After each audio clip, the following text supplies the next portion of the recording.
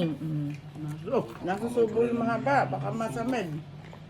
Hindi po. Mahaba yung Kaya. nakalagay sa bibig. Kaya yan. Yung hawak na eh, oh. Mayroon na yan. Nauna to, pinakauna sa lahat. Ay, anak, huwag mo i-push. Ayaw pa bitawan, no, naubos na kay isang ganto. Ito pang 7 months yan, no, mamayad na nakalagay. Pang 5 months, 2. Hindi, na nakagetsu.